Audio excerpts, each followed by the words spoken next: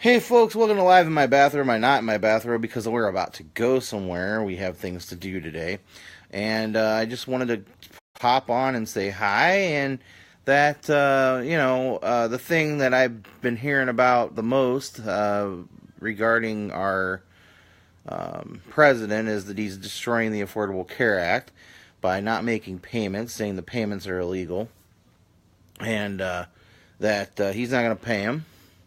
He's redefining abortion laws through the Health and Human Services Department, saying that life begins at conception and we're going to defend life at all stages.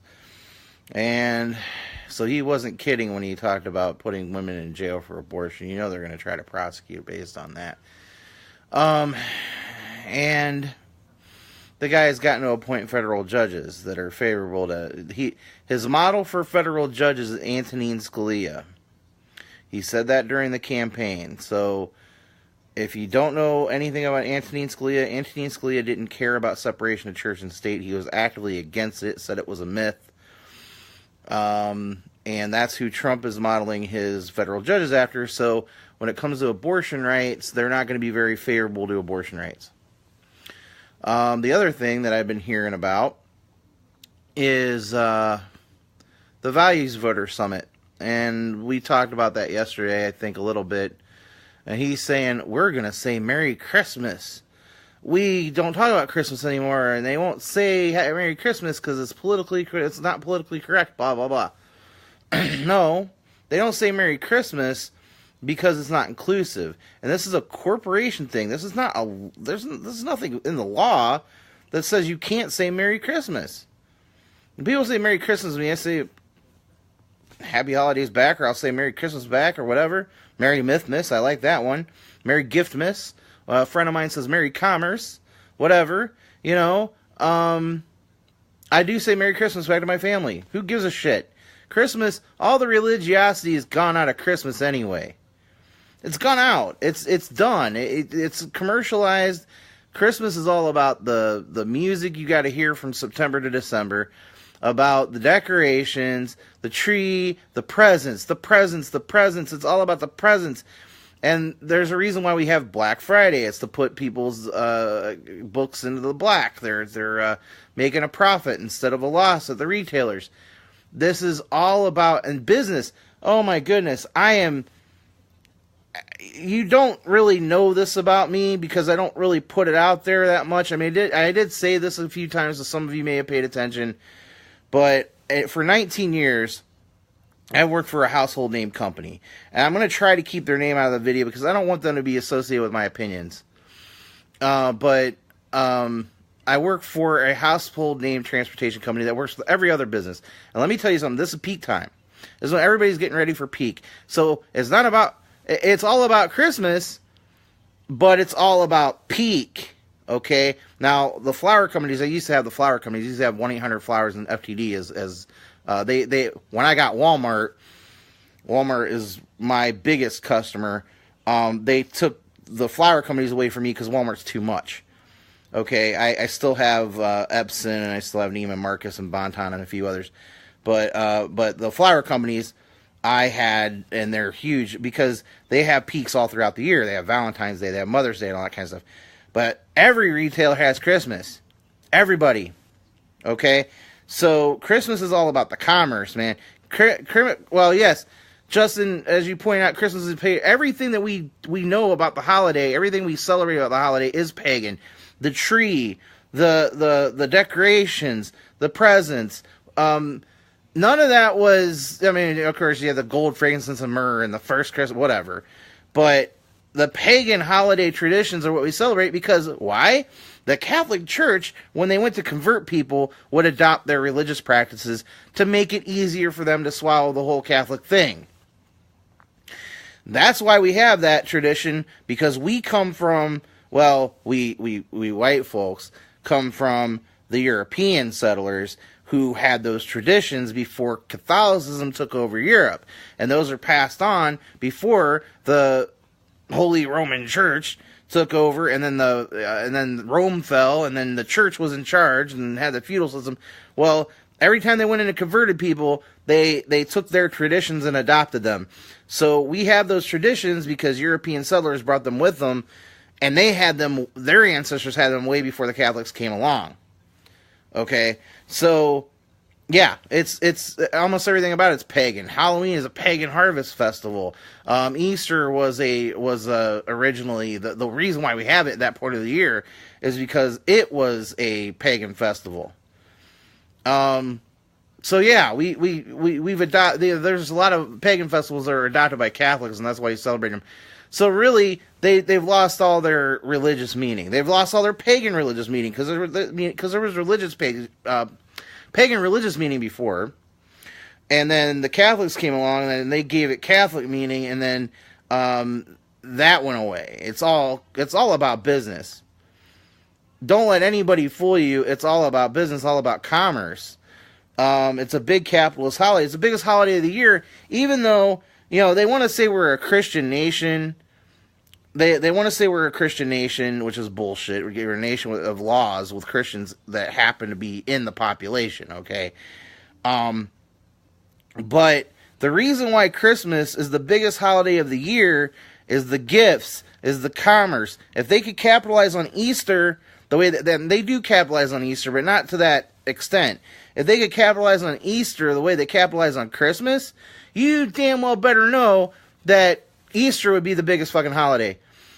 Now, Easter is the biggest holiday in the Christian religion. It's the whole reason for Christianity. Right? Jesus died on the cross and rose 3 days later, right? The whole reason for the Christian holiday of Easter. So why isn't that the biggest holiday of the year? Because it's not about religion. It's not about religion, it's about fucking commerce. And it's the big lie is that, it's all about Jesus. Fuck that. It's not about Jesus. Jesus, people will say Jesus is the reason for the season. No, nobody talks about Jesus. Unless you go to mass. I don't go to mass. I keep my ass out of a church. But these people, they go to mass and they talk about Jesus and Jesus Christ was born, blah, blah, blah. But then they go home and they celebrate their pagan rituals, giving gifts around a tree that is decorated, and all these other. There's a whole bunch of traditions that are just pagan. All the religion's gone out of it. So this motherfucker is going off on the war on Christmas that Bill O'Reilly made up. Atheists aren't trying to take away Christmas. No one's trying to take away Christmas from anybody. Most of us like giving gifts. We'll celebrate winter solstice. We'll call it winter solstice. So, we'll celebrate on the 21st instead of the 25th. Some of us do that. What's the fucking difference? It's not a religious holiday. It hasn't been a religious holiday in a very long time. It's been a capitalist holiday. So the war on Christmas is total bullshit. Then he's talking about we're gonna bring back Judeo-Christian values. He was saying the founders mentioned the Creator 4 times the Declaration of Independence. But you know what he didn't point out? Because he doesn't know. Because most religious politicians don't know. And I stumped religious politicians with this at a debate at the Oakland County Republican Club. They didn't know this either. That the Declaration of Independence was a smack in the face of the divine right of kings, which was blasphemy. It was a blasphemy against Romans 13. So Trump's over there saying, and mention our Creator 4 times. So now I can't do his voice, but that's how I want to talk about him, because fuck him. Okay? And mention our Creator 4 times. So fucking what? It's blasphemy. It's blasphemy against Romans 13. Read the passage in the Declaration of Independence that's important. Well, all of it's important. It's basically, most of it's a list of grievances, right? But there's the first part of it, and in that part of it, there's government is instituted among men by the consent of the governed. Romans 13 says governments are instituted among men by God. So this was a direct blasphemy against Romans 13. So when he says it mentioned our Creator, well, fuck, they talk about nature and nature's God. They don't talk about God and Jesus. And as a matter of fact, when the National Reform Association, which eventually became the American Family Association, which is a hate group, anti-LGBT hate group, The National Reform Association, who is also responsible for the "In God We Trust" on our coins, and then paper money came later, but it came later on the paper money. But the coins, it was a scheme between two members of that association.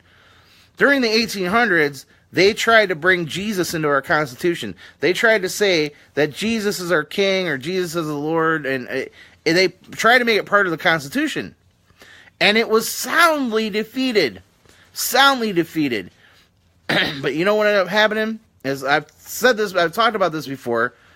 There was an influx of Catholics. Influx of Irish Catholics, influx of Italian Catholics. So the 1800s got a bunch of Irish Catholics coming in. Early 1900s Italians. After World War II, a bunch of European Catholics. All the passage paid for by Catholics. And most of them went to Chicago. You know why? Because fucking Catholic Church owns half of Chicago. So there's a bunch of Catholics in Chicago. They took them in. They got them jobs. And then they end up spreading out. My family went to Ohio. Other people went to California. They're all over the place. But essentially, you had Catholics coming into this country, and the more Catholics came into this country, guess what white Catholics vote for? Republicans. They vote for conservative values. They vote against birth control. They vote against abortion, and they're easily manipulated with those issues. With faith, abortion, and anything having to do with LGBT, big motivator for them. And so, yeah, it's an influx of Catholics to change everything, because this country wasn't religious. Like 10% of people went to church back in colonial times. Or back at the time of the Revolution, about 10% of people went to church. I'm not saying the other 90% were atheists. I'm just saying they weren't all that goddamn religious. The Puritans were. Puritans stayed in church 6 hours a fucking day. What else did they have to do, really? But, when they got here, 6 hours a day, well, they had to make food, and they had to farm the fields, and all that kind of stuff. But the Puritans came over here and started putting sparrows on trial for defending their nests, and slaughtering native tribes, and, they were generally shitty people. So, but the rest of the colonies is all about commerce. This country was founded on commerce. They came over here to make money. The Europeans came over here because they saw a cash cow, and they came over here to make their fortune. It isn't about religion. The pilgrims, they were coming to a land that was promised to them, I guess. Pilgrims. When we call them pilgrims, we're saying that they were on a religious mission. And they weren't on a religious mission. They were fleeing because they were terrorists, and the Anglican Church didn't like them. They reportedly burned down the Globe Theater, where many of Shakespeare's plays were performed, and they weren't very well received over there. Okay, and they ended up moving. I don't remember I'm gonna have to look at the history again. They ended up moving somewhere else so they wouldn't be persecuted. They were trying to push a religion on everybody else, and they weren't well liked, and they ended up getting out because they were gonna probably be arrested for some of the stuff they did. But yeah, religious mission, whatever, pilgrims. I hate it when I hear them call them Puritans, call them assholes, because they were assholes. The Mayflower Compact was pretty good, but beyond that, I mean, these are people that they were terrible people. It was a cult. It was a religious fucking cult. Anyway, so back to this whole values voters. I didn't listen to his whole speech. I can't sit there and listen to that guy. I do wish I could imitate him, because I have a Trump mask, and I'd love to just make him look bad. Hurt his ego a little bit more. By the way, hey, if you didn't see my post last night, I got added to Rex Tillerson's list of idiots. I tweeted to him, invoke the 25th Amendment and remove this monster from office. And for that tweet, he put me on his list of idiots. I'm in good company. Keith Olbermann's there, if you know who he is. And I don't remember who else, but I tweeted to Keith Olbermann because Keith has actually retweeted some of my stuff here and there. Matter of fact, he got me in trouble one time. He and Marcos from Daily Coast retweeted me saying, "Why is Jennifer Granholm yelling at me during a Democratic nomination?" I want to say it was 2008. I don't remember exactly now. But she's basically yelling during her speech, and it was a joke. It was actually a running joke because all these people, men and women both, it wasn't just women. Men and women both were, and Marcos was saying, "Why is this person yelling at me?" And Keith was retweeting Marcos because it was funny. Well, then when I tweeted, "Why is Jennifer Granholm yelling at me?" I tweeted it at Marcos and Keith, and they tweeted it all over. And I'm telling you, I got so much hate. I got so much hate for that tweet because they considered it a misogynist thing, but it was really just a running joke. And the senator in South Carolina went off on me for what I said. Then we got into a discussion, and I told her no. And the thing is, I am kind of friends, not really friends. We had we knew each other, Jennifer Granholm and I, when she had her show. She had a show on oh gosh, what was it? Current TV. She had a show on Current. When she had that show on Current, Jennifer Granholm and I talked about a lot of issues. She knew who I was. She knew who I was from Michigan, because in Michigan she made this speech. Well, not a speech, but she was on a show where she said the Ten Commandments were universal. Ten Commandments are universal, and I had to basically write to her and say that no, there's only a couple that are universal. That's thou shalt not kill, thou shalt not steal, and that's it. Everything else you could just do away with. You know, George Carlin had a great routine on that. You could just do away with the rest of it. In any case, that's really all I had to say today. I just wanted to talk about the values voters thing and what he's doing through Health and Human Services, Trump, because that really affects separation of state and church, and you know, and then of course, you know, the whole war on Christmas thing is just bullshit. You just have to put up with that again. I don't care what they say to me. You know, I'd prefer them not to say Happy Holidays or Merry Christmas and just let me shop. I don't need to hear it. I don't care, you know, but again, because I don't care, if they do say it, I just say it back. I don't give a shit. It's really about capitalism anyway. I don't know. Anyway, I'm going to go. We have to go. So, have a good one. Thanks for joining me. Subscribe to my channel live in my bathrobe on YouTube, which is ironic the more I think about it, because I'm not live when I'm on YouTube. But eventually I'll probably be streaming live from YouTube, and it'll go through Facebook like the Young Turks do and other people. So, you know, the values is vote for people exactly like me. Yes, that's exactly. Their values are to vote for people like them. And that's how they did. That's 85% of evangelicals. There was an 85% voter turnout for Trump among, there was, in the last election, 85% of evangelicals, who only about 30% of typically vote, 85% of them came out to vote, and 81% of those came out for Trump. Because of the abortion thing. Because of the thing he said about putting women in prison for abortion. Evangelical Christians loved that. So, 81% of evangelicals went for Trump, and 85% of them turned out to vote. So, high voter turnout on a wedge issue. That was David Barton's plan. I talked about that last video. That was the Dominionist Christian plan, is get people out with wedge issues, and it worked. Worked in a big way this time, because that's really the strongest language anybody's had about abortion. You know, people will say, I'm pro-life, I'm pro-life. You know, Republican politicians will say that, but they didn't say outright that they would punish women for having abortions. Trump says he wants to punish women for having abortions. Hell, Mississippi punishes women for having stillborns. If they go back through their history, they find out they had drug use and stuff like that. If they have a stillborn baby, they will prosecute them. They'll try to prosecute them. That's what this country is. We got too many people who believe bullshit, and that's the result of it. The American fucking Taliban. The Christian right evangelicals are the American Taliban. They are cultists and they are awful, and we need to not have that here. American ISIS is what it is. Anyway, I gotta go. I really have to go. So thank you again for joining me. I appreciate you tremendously. Again, subscribe to my channel because I only have 7 subscribers right now. I'd like to gain a following over there, and it'd be great. But I'm glad that you joined me on Facebook. Thanks. Peace.